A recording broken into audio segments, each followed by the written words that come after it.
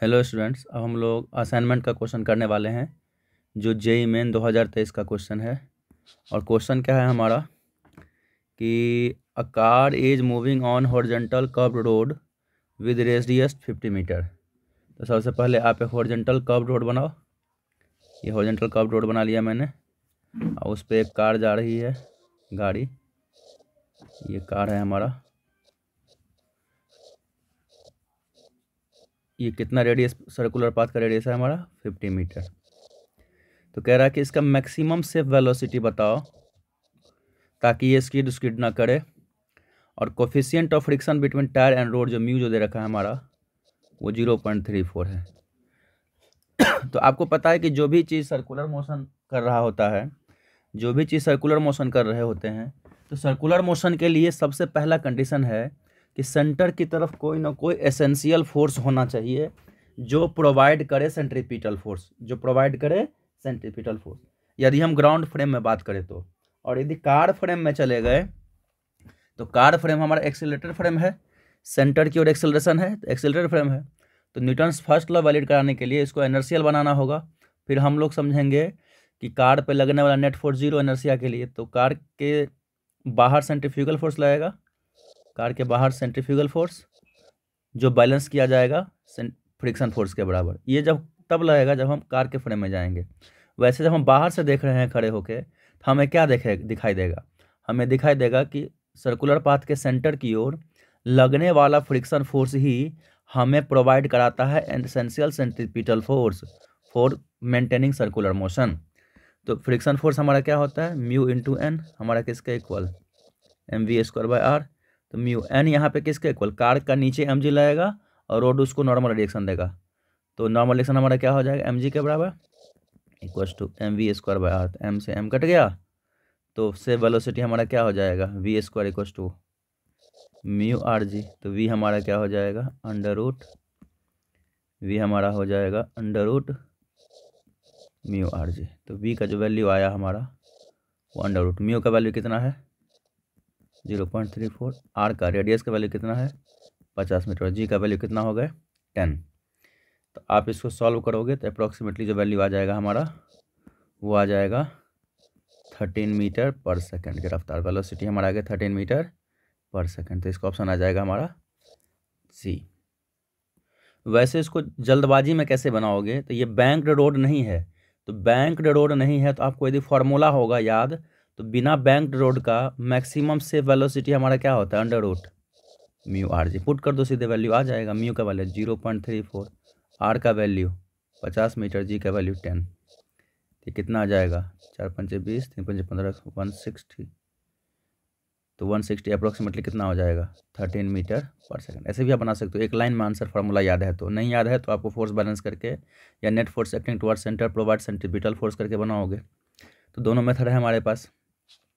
अब हम लोग चलेंगे बच्चों नेक्स्ट क्वेश्चन में। और नेक्स्ट क्वेश्चन हमारा क्या है, नेक्स्ट क्वेश्चन है हमारा और solid sphere of mass 2 kg is moving pure rolling. तो एक सॉलिड स्फीयर है, ये सॉलिड स्फीयर लिया मैंने, इसका मास है 2 kg और ये प्योर रोलिंग में है। तो प्योर रोलिंग में कोई चीज़ रहेगा तो आपको पता है कि for pure rolling friction static in nature होता है। For pure rolling V C M हमारा जो होना चाहिए वो किसके इक्वल, आर ओमेगा के बराबर। ये ओमेगा है और ये वी सी एम। तो वेलोसिटी ऑफ सेंटर मास हमारा किसके बराबर होना चाहिए, आर ओमेगा के बराबर। और प्योर रोलिंग में टोटल काइनेटिक एनर्जी हमारा क्या होता है, एक translational kinetic energy half M into we C M square plus half I C O M into omega square, ये टोटल काइनेटिक एनर्जी होता है।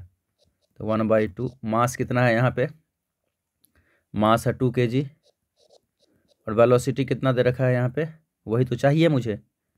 तो वी सी एम का square plus moment of inertia solid sphere का क्या होता है, moment of inertia solid sphere क्या होता है, वो कितना होता है 2/5 mr square.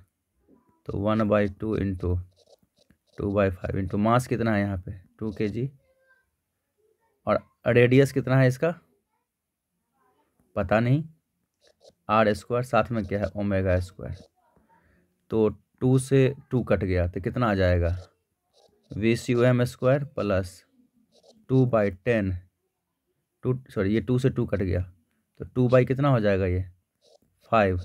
v equals to R omega है, तो आर स्क्वायर ओमेगा स्क्वायर किसके इक्वल होगा V C you M square, तो V C you M square.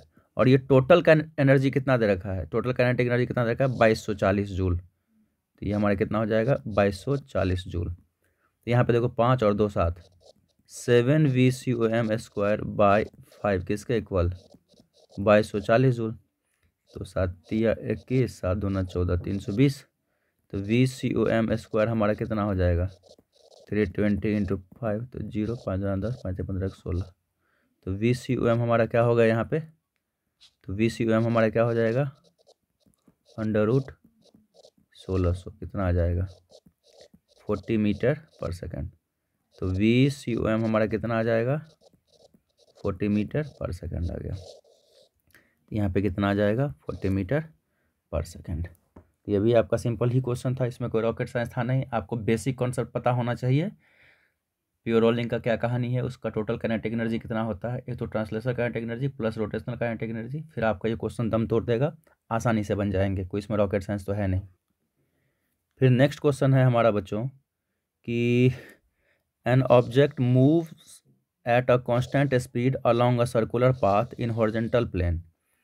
तो एक हॉरिजॉन्टल प्लेन में जो है कोई ऑब्जेक्ट जो है वो सर्कुलर पाथ में मूव कर, हॉरिजॉन्टल प्लेन वर्टिकल मत समझो, तो चलो हॉरिजॉन्टल प्लेन वाला बना देते हैं सर्कुलर पाथ। तो ये हॉरिजॉन्टल प्लेन में सर्कुलर पाथ है और इसमें एक ऑब्जेक्ट जो है वो मूव कर रहा है कांस्टेंट स्पीड के साथ। तो स्पीड हमारा यहाँ पे यदि कांस्टेंट है, स्पीड क्या हमारा ये कांस्टेंट है सर्कुलर पाथ में, तो ऑब्जेक्ट जब x इक्वल टू 2 मीटर पे है ये चलना, और इस सर्कुलर पाथ का सेंटर हमारा ओरिजिन पे है, सेंटर हमारा ओरिजिन पे है 0,0 पे। तो इसका रेडियस कितना दे रखा है हमारा, रेडियस हमारा दे रखा है 2 मीटर, रेडियस कितना है हमारा 2 मीटर। और इसका जो वेलोसिटी है हमारा वो -4j, मतलब कि वेलोसिटी -4j मतलब इधर है वेलोसिटी। तो किसी टाइम पे वेलोसिटी हमारा कितना आ जाएगा -4j metre per second velocity आ गया। The object's velocity and acceleration at x equal to -2। तो यहाँ पे x इक्वल टू ये +2 पे था, जब x इक्वल टू -2 पे आएगा तो ऑब्जेक्ट का वेलोसिटी किधर हो जाएगा इसके ऊपर, ये वेलोसिटी यूनिफॉर्म सर्कुलर मोशन है, कांस्टेंट स्पीड से चल रहा है, तो वेलोसिटी का मैग्नीट्यूड कांस्टेंट रहेगा, बस डायरेक्शन चेंज करेगा। तो यदि नीचे को -4j है तो ऊपर कितना आ जाएगा +4j मीटर पर सेकेंड। तो वेलोसिटी आ गया हमारा +4j मीटर पर सेकेंड। अच्छा, एक्सेलरेशन हमारा क्या होता है, यहाँ पे यूनिफॉर्म सर्कुलर मोशन है क्योंकि कांस्टेंट वेलोसिटी है, तो एक्सेलरेशन हमारा किसके इक्वल हो जाएगा, ये हमारा क्या हो जाएगा v²/r। और एक्सेलरेशन का डायरेक्शन यहाँ पे किधर होगा अलॉन्ग x एक्सिस, तो i। तो एक्सेलरेशन हमारा क्या हो जाएगा v²/r in the direction of i। तो v कितना है हमारा 4, 4 का स्क्वायर/r कितना है 2 in the direction of i। तो कितना हो जाएगा 16/2 in the direction of i 8। तो कितना आ जाएगा ये 8i।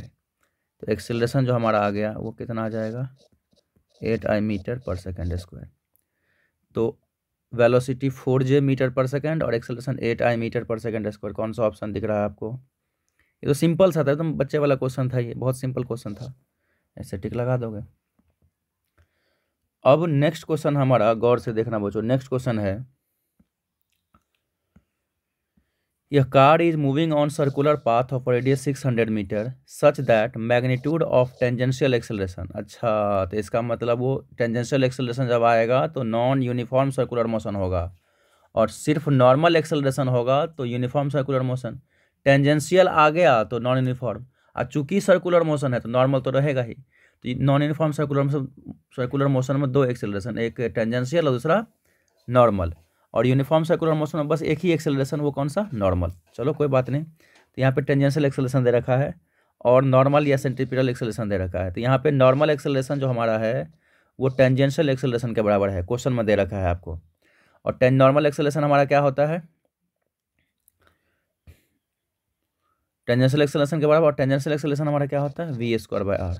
अच्छा, the time taken by car to complete first quarter of revolution if it moves with initial speed, कितना दे रखा है initial speed 54 kilometre per hour, और टाइम दे रखा है हमारा 1 - e के पावर -π/2। अच्छा, अब देखो तो टेंजेंशियल एक्सेलरेशन जो हमारा है वो नॉर्मल के बराबर है, वो हमारा वी स्क्वायर बाय आर। तो टेंजेंशियल एक्सेलरेशन हमारा क्या होता है, V D we by D X या D we by D T, एक ही बात है। तो यहाँ पे आप करोगे, क्योंकि डिस्टेंस दे रखा है फर्स्ट क्वार्टर, तो डिस्टेंस दे रखा है फर्स्ट क्वार्टर में ए एन और ए टी बराबर है, तो यहाँ पर डिस्टेंस के टर्म में करोगे, v D we by D x हमारा किसके इक्वल हो जाएगा, वी स्क्वायर बाय आर। तो वी से वी स्क्वायर कट गया, तो d we by D x हमारा किसके इक्वल हो जाएगा, वी बाई आर। तो डी वी बाई वी हमारा क्या हो जाएगा, डी एक्स बाई आर। तो इंटीग्रेशन करो, तो यहाँ पे इंटीग्रेशन किया। अब लिमिट देखो, लिमिट देखो, d we by v equals to d x by are. तो कोई बात नहीं, इंटीग्रेशन कर देते हैं सीधे किसी भी लिमिट में। तो इनिशियल वेलोसिटी यहाँ पे कितना है इसका, इनिशियल 54 किलोमीटर पर आर। तो 54 किलोमीटर पर आर को मीटर में से कन्वर्ट करो, 5/10 से मल्टीप्लाई करके 3, 15 metre per second. Initial velocity कितना आ गया इसका, 15 metre per second. Final velocity मैंने मान लिया v, तो इनिशियल डिस्प्लेसमेंट 0, फाइनल डिस्प्लेसमेंट मेरा आ गया कितना, मैंने मान लिया कोई डिस्प्लेसमेंट x है। तो डी वी बाई वी का इंटीग्रेशन क्या होगा, लॉग v। जैसे डी एक्स बाई एक्स का इंटीग्रेशन क्या होता है, लॉग x। तो डी वी बाई वी का क्या हो जाएगा इंटीग्रेशन, लॉग v, 15 से लेके v तक equals to 1/r। D x का इंटीग्रेशन क्या होगा, x, 0 से लेके x तक। ये क्या हो जाएगा हमारा, log upper limit minus log lower limit, किसके इक्वल हो जाएगा, 1/r, x माइनस 0, क्या होगा ये हमारा x/r। तो यहाँ पर कितना हो जाएगा, log v बाई 15 हमारा किसके इक्वल हो जाएगा, x/r। तो अब log हटाओगे तो e के power v by, sorry log हटाओ तो v बाई 15 हमारा क्या हो जाएगा, e to the power x/r। v equal to क्या हो जाएगा, 15 into e to the power x/r। ये v आया, थोड़ा सा जानदार क्वेश्चन था, इंटीग्रेशन लगा है इसमें। तो v equal to 15 into e to the power x/r। तो वेलोसिटी हमारा क्या होता है बच्चों, d x by D t. तो इसीलिए d x by D t हमारा कितना आ जाएगा, 15 इंटू ई के पावर x/r। इसलिए d x by e to the power x/r किसके इक्वल हो जाएगा, 15 इंटू डी टी। तो इंटीग्रेशन करो, d x by e to the power x/r किसके इक्वल, 15 इंटू डी टी का इंटीग्रेशन, तो 15 बाहर निकालो, तो t का लिमिट लगा लो, t इक्वल्स टू 0 पे डिस्प्लेसमेंट 0 है। t इक्वल्स टू मैंने कोई पर्टिकुलर टाइम t नोट लिया, तो डिस्प्लेसमेंट कितना है, 1 क्वार्टर। तो पूरे सर्कल में डिस्प्लेसमेंट कितना होता है, 2πr। 2πr हाफ सर्कल में कितना होता है, या 1 क्वार्टर में कितना होगा, 2πr/4। पूरे सर्कल में 2πr, तो 1 क्वार्टर में कितना होगा, 2πr/4। तो काटो, तो πr/2, तो πr/2। तो अब यहाँ पे डी एक्स बाई, अब यहाँ पे इंटीग्रेशन थोड़ा सा जानदार है, तो इसको ऊपर ले जाओ, ई के power minus x/r into D x, 0 से πr/2 किसके इक्वल हो जाएगा, 15। डी टी का इंटीग्रेशन क्या होगा, t, 0 से लेके t नोट। तो अब जो है आप यहाँ पे सॉल्व करो, E to the power minus x/r का इंटीग्रेशन जो हमारा होगा वो कितना हो जाएगा, यहाँ पे इंटीग्रेशन में E to the power minus x/r upon -1/r upon -1/r, ये 0 से πr/2 हमारा किसके इक्वल हो जाएगा, 15t-0। तो ये हमारा कितना जाएगा, 15t। तो 15t आ जाएगा। अब क्या हो जाएगा, ये r ऊपर जाएगा, तो -r इंटू ई के पावर -x/r। अब लिमिट है हमारा 0 से πr/2 equals to 15t। r का वैल्यू डाल देते हैं यहाँ पे, r का वैल्यू डालो यहाँ पे, तो r का वैल्यू कितना हो जाएगा, ये तो लंबा क्वेश्चन हो गया इंटीग्रेशन में। तो -600 है, ई के power -x/r, upper limit x के जगह पे क्या लिखोगे, तो πr/2/r माइनस ई के पावर x के जगह पे 0, क्या हो जाएगा, 15t। तो काटो, ये 40 से कट गया, तो यहाँ पे -40 ई के पावर r से r कट गया, -π/2 माइनस किसी भी चीज़ का पावर 0 कितना होता है 1 इक्वल्स टू टी।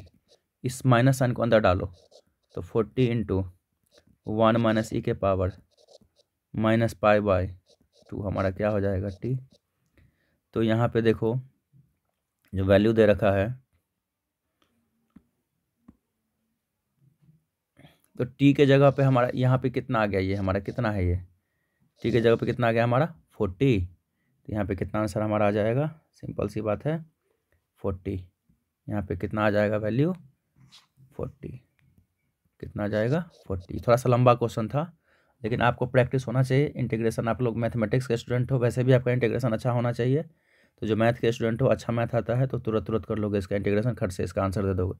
इस क्वेश्चन में ज़्यादा जान था नहीं, खाली इंटीग्रेशन का काम था इसमें।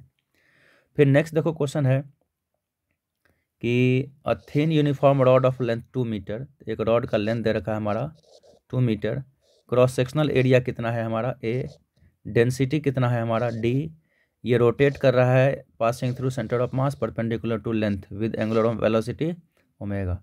तो एक यूनिफॉर्म रॉड है, यही है हमारा यूनिफॉर्म रॉड।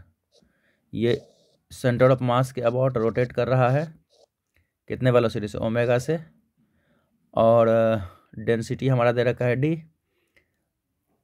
ये मुझे बताओ, रॉड तो लीनियर मास डेंसिटी है, डेंसिटी डी है, तो इसका रॉड का मास कितना हो जाएगा, डेंसिटी मास क्या होगा, डेंसिटी इंटू लेंथ, क्योंकि डेंसिटी क्या होता है, लीनियर मास डेंसिटी क्या होता है, mass per unit length, m by L ही डी है, इसलिए m हमारा क्या हो जाएगा d इंटू एल या l into D, L D आ गया मास। अच्छा, साथ ही साथ ये ओमेगा वेलोसिटी से घूम रहा है, तो आपको पता है कि रॉड का moment of inertia about centre of mass and perpendicular rod कितना होता है, ml स्क्वायर बाई 12। तो मास कितना है हमारा l into D into L square by 12। अच्छा,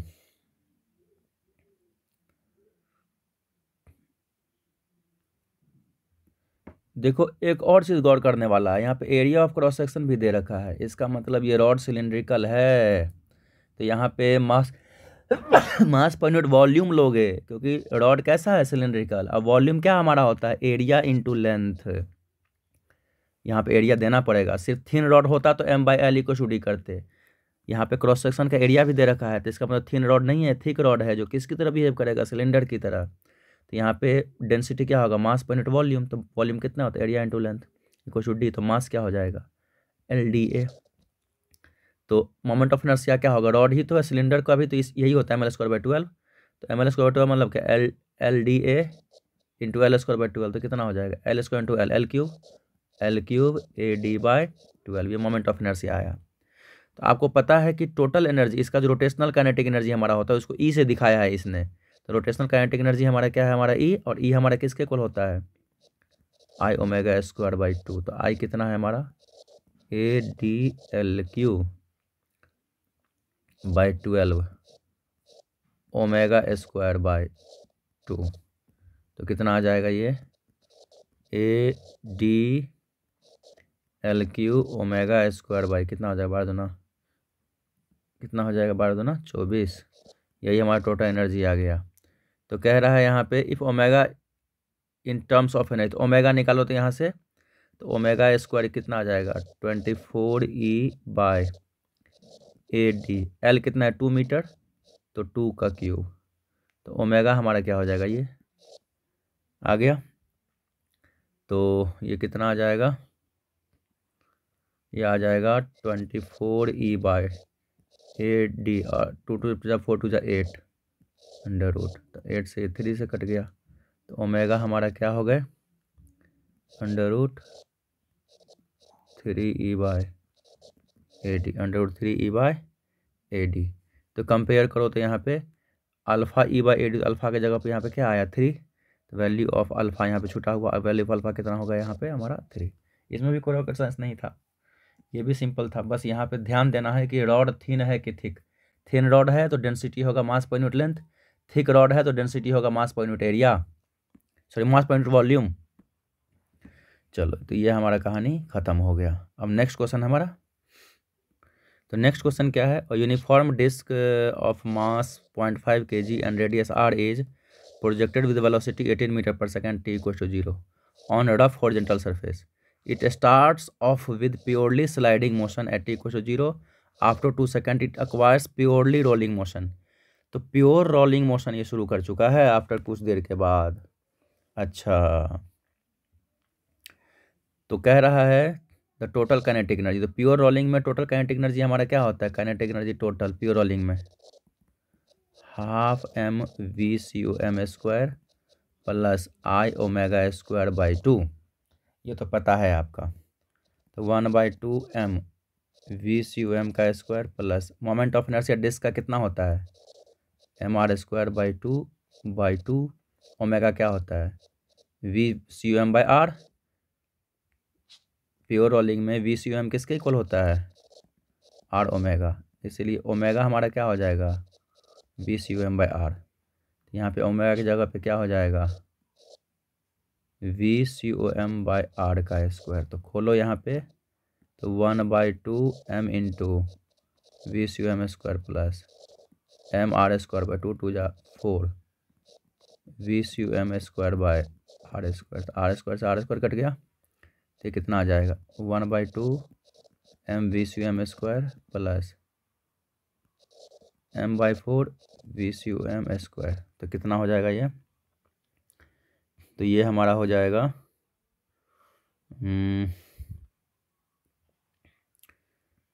4 LCM 2 एक 3/4 m into we C you M square. तो प्योर रोलिंग हो रहा है यहाँ पे।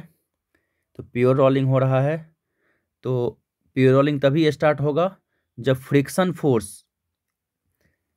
फोर्स इस 18 मीटर पर सेकेंड को घटा के omega equal to v C you m कर देगा। तो फ्रिक्शन फोर्स के वजह से acceleration retardation due to friction क्या होता है? अल्फा।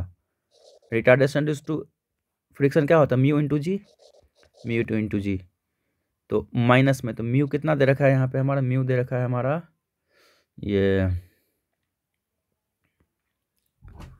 0.3, तो -0.3 और जी का वैल्यू 10, तो कितना आ जाएगा? -3 मीटर पर सेकेंड स्क्वायर। और कितने देर में ये अचीव कर रखा है ये प्योर रोलिंग मोशन? 2 सेकेंड में। तो v इक्वल टू हमारा क्या होता है? u minus 80। तो u कितना है? 18 माइनस ए कितना है हमारा? ए देखो 3 है, तो v equal to u plus 80। तो प्लस जगह यहाँ पे माइनस है, तो -3 और टाइम कितना? 2। तो 12 माइनस से कितना हो जाए? सॉरी 18 माइनस 6 कितना होगा? 12 मीटर पर सेकेंड। तो प्योर रोलिंग में वी सी यू हमारा कितना आ गया? 12 मीटर पर सेकेंड। तो डाल दो यहाँ पे 3/4 इंटू मास कितना है हमारा यहाँ पे? 0.5 kg। तो 0.5 into we C you m कितना आ गया हमारा? 12 मीटर पर सेकेंड स्क्वायर। तो कितना हो जाएगा? 3/4 इंटू 0.5 को क्या लिखोगे? 1/2 144 72 18। तो कितना 18 दिया? 54 54। कितना आ जाएगा हमारा? 54 जूल। तो ये भी प्योर रोलिंग का था हमारा 54 जूल।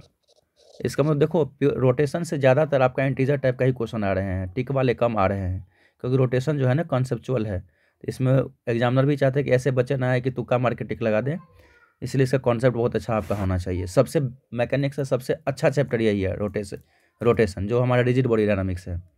तो ये हमारा डिस्कशन हो गया बच्चों आज के असाइनमेंट का डे 12 का।